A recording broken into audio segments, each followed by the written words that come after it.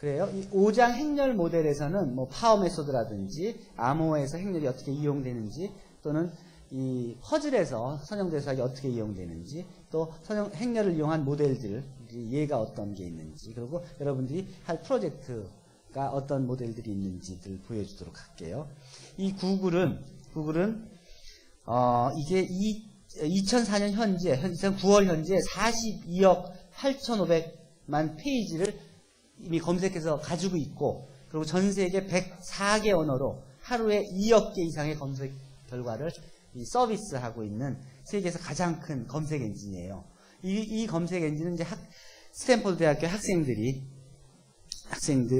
연구한 내용을 가지고 이 세리게이 브린과 레리 페이지가 창업을 해서 98년도에 창업을 해서 현재는 엄청나게 큰 수익을 올리고 있는 회사죠. 이 구글의 어원인 이 구골이라는 신조어는 이 10의 100제곱을 표현하는 그런 용어 구글로부터 구글이라는 그런 그 회사 이름을 만들게 되어 있고 이게 에드워즈라는 이 서비스로서 우리나라의 한미가하고 제휴해서 처음 코스트 퍼 클릭이라는 광고 시장에 뛰어들었고 지금 오버처라는 같은 방식의 광고 서비스를 하는 회사와 우리나라에서 치열한 경쟁을 하고 있어요. 이 구글이 그러면 갖는 그 장점은 무엇인고 하니 인터넷에 수없이 펼쳐져 있는 그런 그 사이트들이 우리가 찾고자 하는 검색 용어와 얼만큼 가까운 상호 관계가 있는지를 효과적으로 찾아서 우리가 원하는 순서대로 나열을 해서 쓸데없이 시간 낭비를 하지 않는 우리가 별로 관계없는 것들이 앞에 나열되고 꼭 필요한 건 저기 5,000 몇 번째 있다 그러면 찾아놓고도 그 정보에 접속을 못 하겠죠. 그러니까 진짜로 우리한테 가까운 정보가 사이트가 어느 건지를 찾아서 우리가 원하는 순위대로 배열을 해서 우리가 바로 그 정보에 쉽게 빠르게 접근할 수 있도록 검색을 해주는 그런 그것을 위해서 서로 검색인들이 경쟁을 하는데 이제 구글이 그런 면에서 상대적인 수월성을 갖고 있다는 거예요. 그럼 그 안에는 도대체 어떤 알고리즘이 있는 것인가 하는 거예요. 자, 여기에 관련된 내용들이 이게 바로 여기 아이디어는 이거네. 구글이 중요하다고 평가되는 페이지에 서로가 이것이 더 중요할 것이라고 서로 상호 연결되는데 보팅을 하는 시스템으로 유지하게 되는데 그런 것들이 콜렉트를 해서 가장 가까운 그리고 두 번째로 가까운 것들이 어떤 건지를 나열하는 방법에 쓰이는 게 최대 고유값이에요. 가장 큰 고유값. 그 정보들이 모이면 그것들을 행렬로 데이터베이스를 만들고 그 행렬에서 가장 큰 고유값을 찾는 식으로 그 가장 가까운 정보를 찾게 돼요. 그렇다면 행렬에서 가장 큰 고유값을 찾는 문제는 굉장히 중요하거든요. 먼저 가장 큰 고유값을 찾고 나면 삼각행렬에서 가장 큰 고유값이 제일 위에 배열하게 되면은 그건 띄워놓고 나머지 작은 행렬들 있죠. 거기서 가장 큰 고유값을 찾아서 또 다음 행렬로 옮겨놓고 이런 식으로 큰 고유값을 하나씩 찾아가면서 사이즈를 줄여가는 식으로 해서 순서대로 다 찾아갈 수 있거든요. 어쨌든 그러면 제일 중요한 건 뭐냐면 주어진 행렬에 가장 큰 고유값을 찾는 알고리즘이 필요해요. 이 가장 큰 고유값을 찾는 방법이 파워 메소드예요. 행렬을 계속 파워해 가면서 이 페이지의 순위를 매기는 이 페이지 랭크 연산법이 이 파워 메소드로부터 유도되고 이것을 이용해서 이 정보의 이 근접성을 주게 돼요. 파워 메소드가 그렇게 이용을 하게 돼요. 실제로 이게 왜 스탠포드 대학에서 나오게 됐냐면 그냥 스탠포드 대학이 아니라 이 스탠포드 대학에 누가 있냐면 진 골룹이라는 선형 대수학자가 있어요. 진 골룹이 누구냐면 싱귤러 밸류 디컴포지션을 이전에 사람들이 4사람, 5사람이 개발해 놓은 것들이 있어요. 개발하고 발전시켜 놓은 거. 이 진 골룹이 이 컴퓨테이셔널 매스매틱스, 행렬을 이용한 이 계산 수학에 굉장히 능해요. 그래서 좋은 책이 있어요. 매트릭스 컴퓨테이션이라는 아주 훌륭한 책을 쓴 분이기도 해요. 즉, 이 스탠포드 학생이 그 진 걸룹한테 이 행렬 이론, 즉, 컴퓨테이셔널, 리니어 엘지브라를 배웠기 때문에 거기 이 파워 메소드를 이용해서 구글을 만들 수가 있었고, 그것이 지금 현실화된 거예요.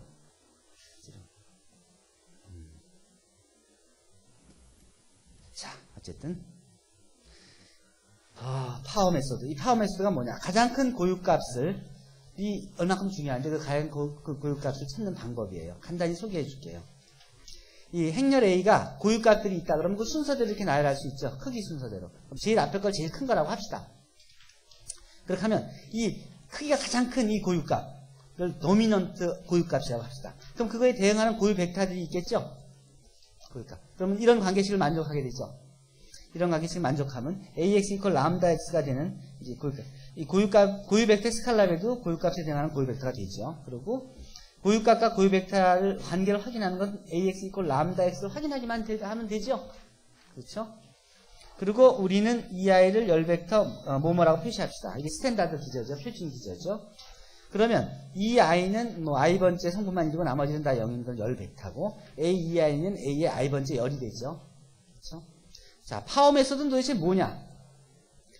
임의의 벡터는 이 람다, 이 vi들이 이 벡터들이 1차 독립이면 그러면 그것들의 1차 결합을 이렇게 표시할 수가 있는데 어쨌든 x가 이런 vi들이 1차 결합으로 이렇게 표시되어 있다고 합시다. 자, 이 vi들은 1차 그러니까 서로 다른 고유값들에 대응하는 고유 벡터들이고 그런 고유 벡터들은 이게 1차 독립이에요.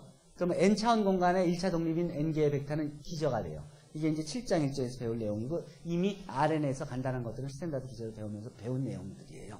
7장에서 이런 내용을 배우게 되는데 곧 이어서 자, 여기다 AX를 구해주면은 X 대신에 1차 결합하고 이렇게 옮겨서 이렇게 풀었을 수 있죠. 자, 이것은 이게 고유값, 고유 벡터 관계들이죠, 전부가 다. 그쵸? 그러니까 이것은 이렇게 고유값, 고유 벡터로 바꿔 쓸 수 있죠. 자, 재밌는 거는 여기다가 파워를 해줍시다. 1승, 2제곱, 3제곱, 4제곱을 해줍시다. 어떤 변화가 생기는지. 이 값은 이게 람다1은 람다2보다 크지요. 람다3보다도 크고 람다 k는 굉장히 작은 숫자가 되겠죠. 근데 그걸 제곱해주고 3제곱해주고 4제곱해주면은 어떻게 돼요? 어떤 변화가 있어요? 큰 수의 거듭제곱이 작은 수의 거듭제곱을 도미네이트 하게 되죠. 어떤 숫자를 수렴해 가는데 큰 수의 제곱, 3제곱, 4제곱 해주는 것에 비해서 작은 수의 거듭제곱을 해주는 거는 속도가 굉장히 적게 가죠. 한참 K가 커지면 이쪽은 별로 영향을 안 미치고 진짜 우리가 찾는 숫자는 이 원래 숫자, 제일 큰 거의 거듭제곱이 제일 중요한 숫자가 되죠. 이쪽은 별로 중요한 숫자가 안 되죠. 즉 거듭제곱을 한참 해주다 보면 이 뒤쪽의 것들은 이 커지는 속도가 미미하기 때문에 이 가장 큰 숫자의 거듭제곱이 전체의 나머지 항들을 도미네이트 해버려요. 실제로 근사값은 AKX승이 C1의 람다 1K승의 V1으로 근사하게 돼요. 점점. 근데 가만히 생각해보면 여기서 람다 1하고 V1이 고유 값들, 고유 벡터들 관계니까 여기서 이렇게 된다 그러면 AK 플러스 1승의 X와 AK승의 X의 이 성분들은 어떻게 되겠어요? 점점 차이가 없어지게 되죠. 왜냐하면 이 람다 1, 람다 K 이게 똑같으니까. 이게 V1도 똑같고 람다1도 똑같은 상태잖아요. 그런 상태입니다. 이 둘이 거의 근사하게 돼요. 거의 근사하게 되고 결국은 람다1 배가 차이가 나게 되는 거지. 여기 K승 하는 거하고 K 플러스 1승 하는 거하고 차이가 뭐가 돼요? K승하고 K 플러스 1승 한 차이가 뭐가 돼요? 람다 차이잖아. 무슨 소리인지 이해되지 않아요? 람다 K의 X는 C1의 람다 1의 K승의 V1이죠. 여기에 K 플러스 1승, K 플러스 1승 하면 이거는 무슨 차이, 이거는 앞에 거하고 무슨 차이가 있어요? 람다 1배의 이거잖아. 그렇잖아요? 무슨 말인지 이해돼요? 이해 안 돼요? 이해 안 되면 곤란한데? 한참 파워를 하다 보면은 그 파워의 차가 한 벡터의 상수로 나타난다는 소리야, 저절로. 처음에는 처음에 이거는 이거에다가 제곱해준 게 람다2 제곱하고는 일치하지 않았었죠. 근데 거듭제곱을 한참 해주다 보니까 그 차이가 점점 수렴해서 나중에는 결국은 어느 한계를 넘어서부터는 한 제곱을 한 번 더, 행렬 A를 한 번 더 곱해주는 것은 벡터 람다 1을 한 번 더 곱해준 거랑 일치하게 된다는 소리예요. 자, 그런 관계를 얻게 돼. 이 성분의, 이거의 각성분은 이거의 각성분의 람다 엄배가 된다는 거예요. 두 개 벡터가. 자, 그렇다면 이 벡터 X는 무엇일까? 처음에 시작하는 이 X를. 그래서 임의로 선택할 수 있기 때문에 이것을 보통 1111 이런 벡터를 선택해요. 그걸 갖고선 처음에 곱해놓고선 계속 파악을 해줘. 하다 보면 이렇게 같아져. 그러면 X의 K 플러스 1은 람다의 XK가 된다는 소리예요. 그럼 이 람다가 뭐야? 이 람다가 고유값들 중에서 가장 큰 고유값이라는 소리하고 일치하잖아. 그게 우리가 공부한 거라고요. 무슨 말인지 이해돼요? 즉 가장 큰 고유값 찾는 것은 행렬이 주어지면 1111이라는 벡터를 주고 그 벡터를 놓고서는 A의 제곱의 X, A의 세제곱의 X, A의 4제곱의 X를 자꾸 하다가 한 10승, 20승 가고 나면 벡터들 모양이 비슷해지면서 상수배로 나타날 때가 있다 이거예요. 그러면 그 상수배가 바로 그 행렬 A의 가장 큰 고유값이라는 거예요. 연립방정식, 그러니까 폴리노미알, n차 폴리노미알의 근을 구하는 건 어떤 문제예요?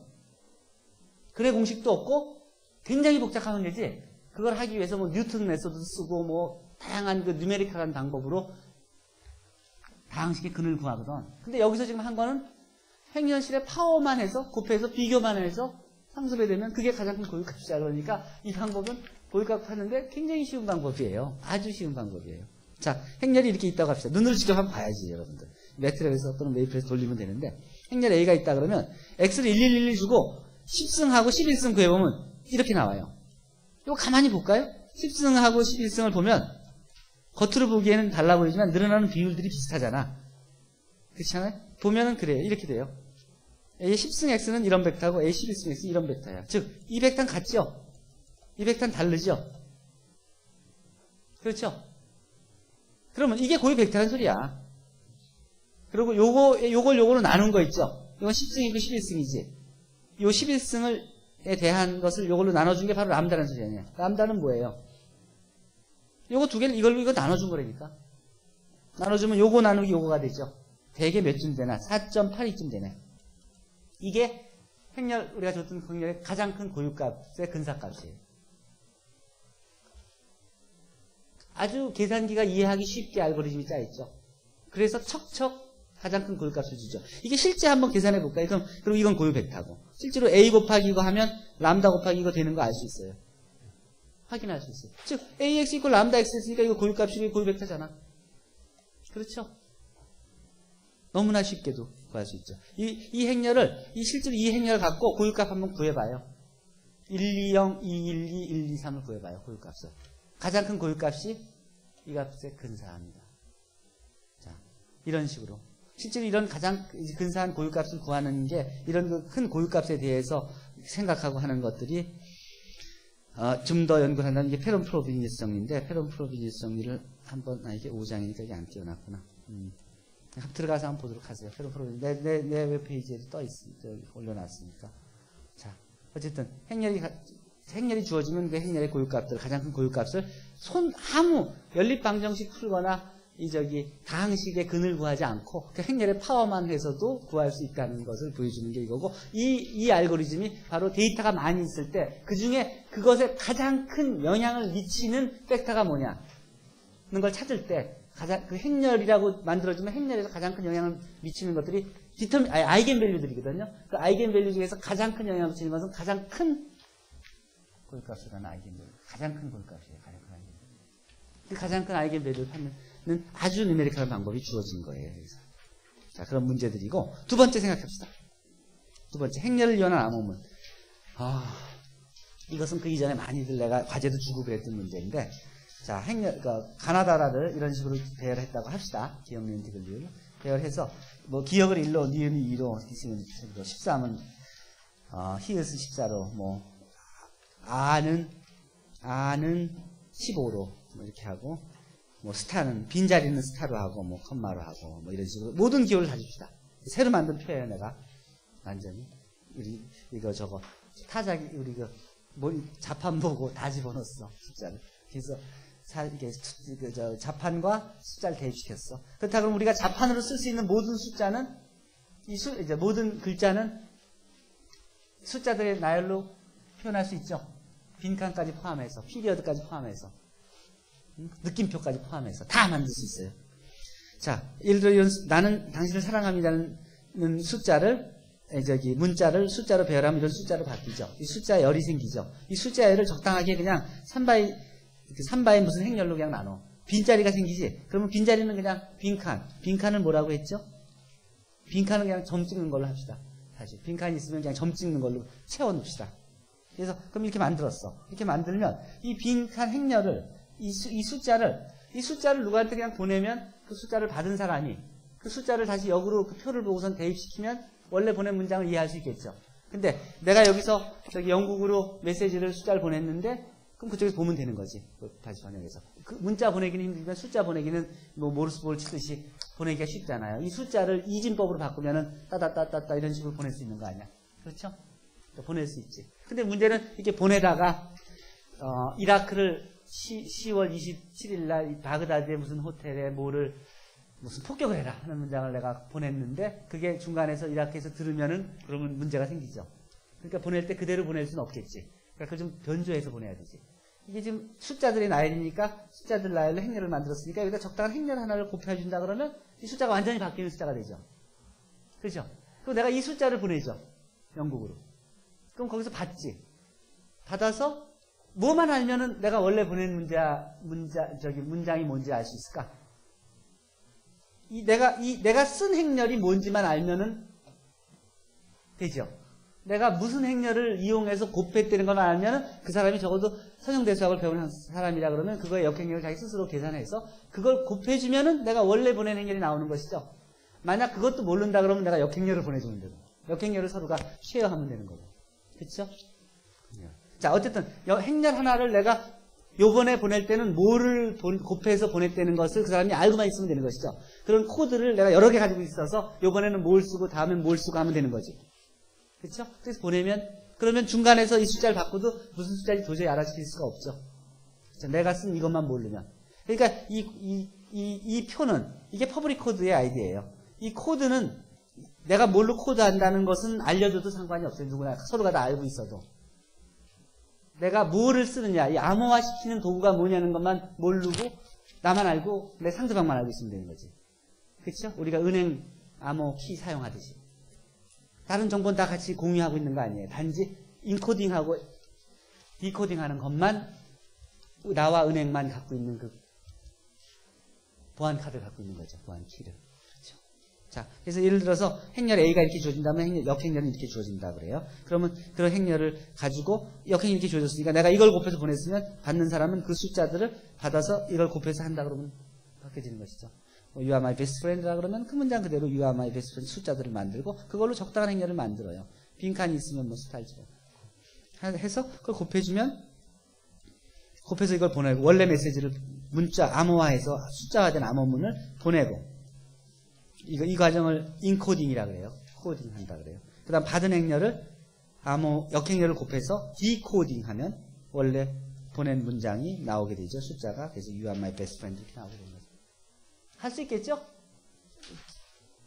단순 작업이지? 문장이 있으면 숫자를 바꾸고 숫자를 적당한 사이즈 우리가 행렬 5차 행렬의 역행렬을 구할 줄 알면 5바이 몇 행렬로 만들면 되고 7바이 몇 행렬로 만들어도 괜찮고 뭐 정 자신이 없으면 2바이 몇 행렬을 하면은 여기에 2바이2 행렬과 2바이2 행렬의 역행렬만 알면 되는 거죠. 그러니까 상대방의 수준에 따라서 우리가 적당하게 사이즈를 만들 수 있죠. 그렇게 해서 곱하면 돼요. A 행렬 집어넣고 A 인버스 곱해주고 하면 돼요. 이거에 대해서 한번 해줄까? 한번 내가 보여줄까요? 내가 보여줄게. 내 행렬 보기. 새거 하나를 만들지. 자, 내 홈페이지를 한번 가서 여기 가면 내가 만들어 놓은 게 있어요. 암호. 어딨니? 암호. 여기 가면 행렬 입력하자. 임행렬 하나 입력합시다. 이런 행렬이 주어졌어요. 행렬 집어넣으면 역행렬 금방 계산할 수 있지. 금방 계산할 수 있는 이유는 내가 역행렬자는 프로그램을 따놨기 때문에 행렬이 여기 입력되면서 그 알고리즘을 통해서 여기 역행렬이 찍혀나오는 거예요. 어쨌든 그러면 내가 무슨 문장을 하나 놓을까? 무슨 문장을 하나 놓을까요? 자, 뭘 집어넣을까? 미스터 신 is a good man. 이렇게 할까? 그러면 이걸 암호화시키죠. 그러면 숫자가 됐죠. 코딩이.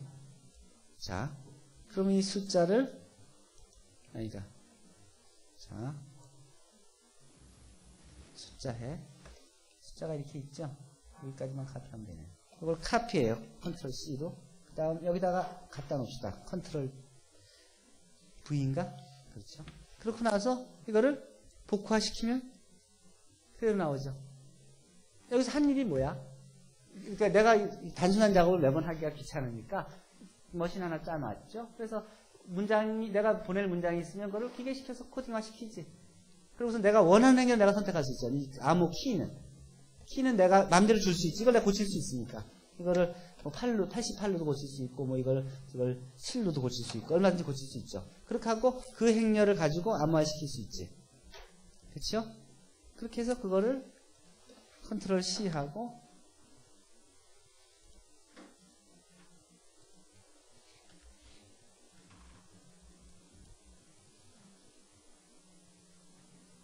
컨트롤 V 하고 바꿔서 숫자가 바뀌었죠. 그러고선 복화를 다시 시키면 원문이 다시 나오게 되죠. 숫자가 아무리 바뀌어도, 행렬이 바뀌어도 우리가 할 수 있는 거죠.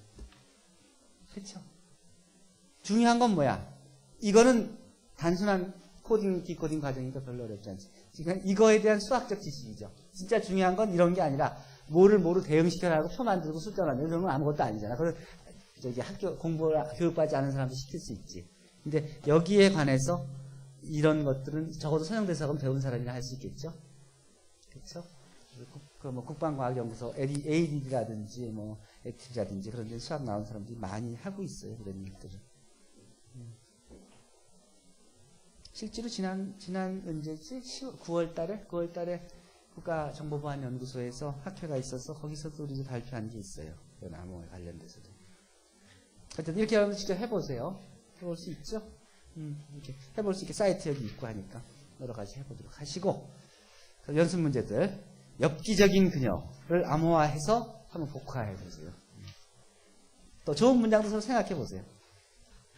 I know who he is. 코드를 보고 하고. 인생은 자전거를 타는 것과 같다. 문장을 4by 행렬로 바꿔서, 그럼 4차 행렬의 역행렬을 생각해야지. 그러니까 재밌는 건 이 행렬 줄 때 아무 행렬이나 무모하게 주지 말고 역행렬 구하고 그래야 되니까 상대방의 입장을 생각해서 그 사람 수준이 낮으면 이렇게 삼각행렬을 주면 삼각행렬 역행렬 구하기 쉽잖아. 더군다나 삼각행렬에 여기 대각선 성분들이 단순하면은 행렬식 1이면 여기에 분수 하나도 안 나타나잖아. 그렇죠? 자연수들을 가지고 또는 정수를 가지고 만드는데 디터미넌트가 1이면 그것들 곱한 것들이 곱해서 더하고 뺀 거니까 또 정수만 나오죠. 그러니까 디터미넌트가 1인 행렬을 취하면은 역행렬이 굉장히 단순해지지. 그런 식으로 여러 가지 행렬의 성질을 알고 있으면 같은 일을 하더라도 재밌게 할 수도 있고 효과적으로 할 수도 있어요. 이런 걸 또 행렬 구하고 이런 계산하는 거를 이렇게 내가 만든 프로그램만이 아니라 엑셀 이용해서도 계산할 수 있어요. 그 계산 과정 여기 있으니까 보시도록 해요. 네, 홈페이지에도 다 있고 사이트들. 그다음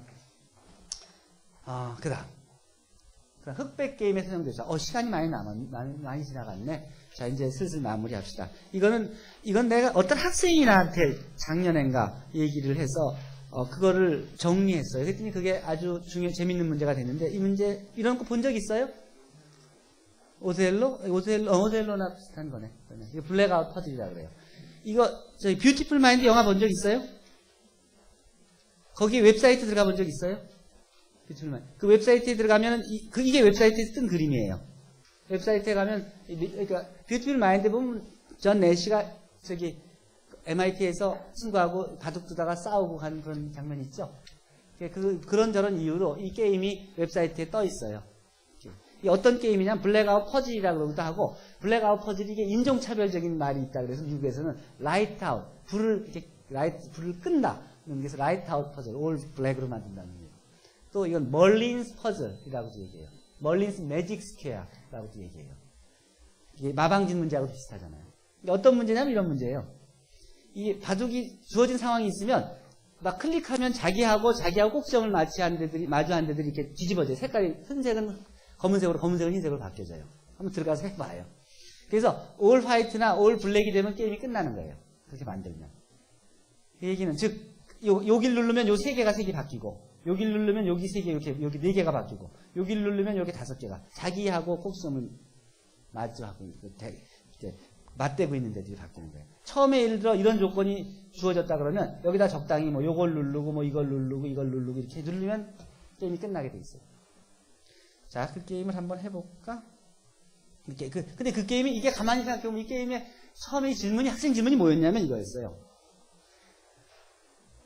내가 자기가 풀면 다 답이 나오던데 이게 혹시 줄 때 기계가 엉뚱한 모양을 주면 내가 아무리 눌러도 못 이기는 게임은 없겠냐.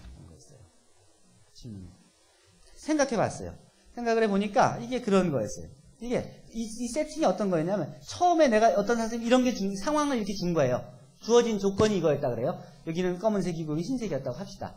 근데 그 얘기는 뭐냐면 내가 1번 스톤을 누르든지 2번, 세 번째 스톤, 네 번째 스톤. 그러니까 내가 누르는 액션을 내가 클릭하는 액션 첫 번째 거 누르는 거는 그 세 개다가 두 번 누르면 제자리 돌아오죠.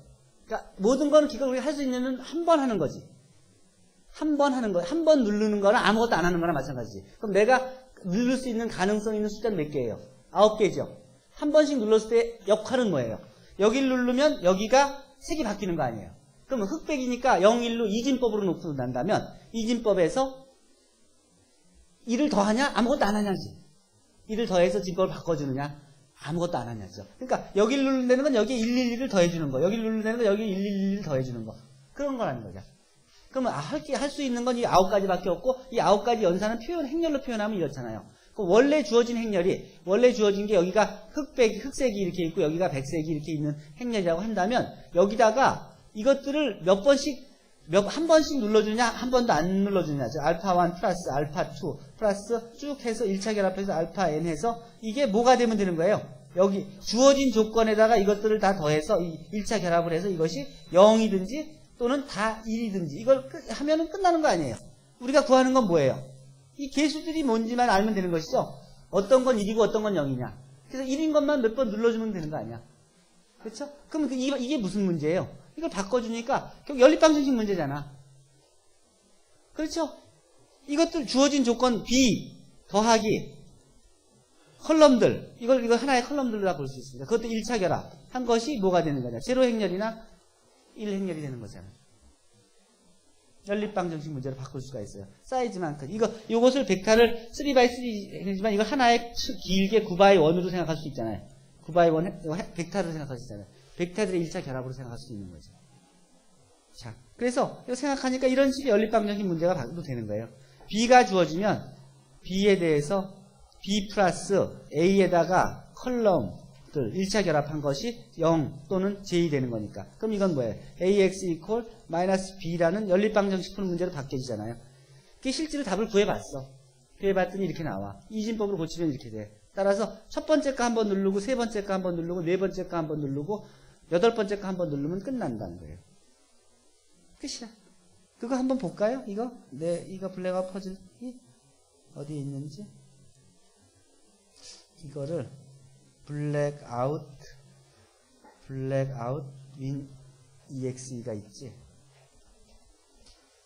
BLACK out 윈 블랙아웃 윈 점 윈에서 바가 있었나? 자, 다운 받아볼까? 여러분도 다운 받을 수 있어요. 한번 해볼까? 오늘 게임 하는 걸 마지막으로 수업을 마칩시다. 자, 게임이 어딨어? 여기 있지? 한번 돌려볼까요? 이 게임이야. 자, 주어진 상황이 어때? 아무렇게나 나한테 아무 조건이나 줘. 자, 이거 어떻게 풀어볼까? 지금 시간은 8초 지났어. 답을 구하지. 아까 연립방정식 푼 거예요. 이 아까 주어진 조건에 AX equal 마이너스 B라는 연립방정식 푼 거야. 2번 누르고 3번 누르고 6번 누르고 9번 누르면 연립방정식 푸는 거였죠.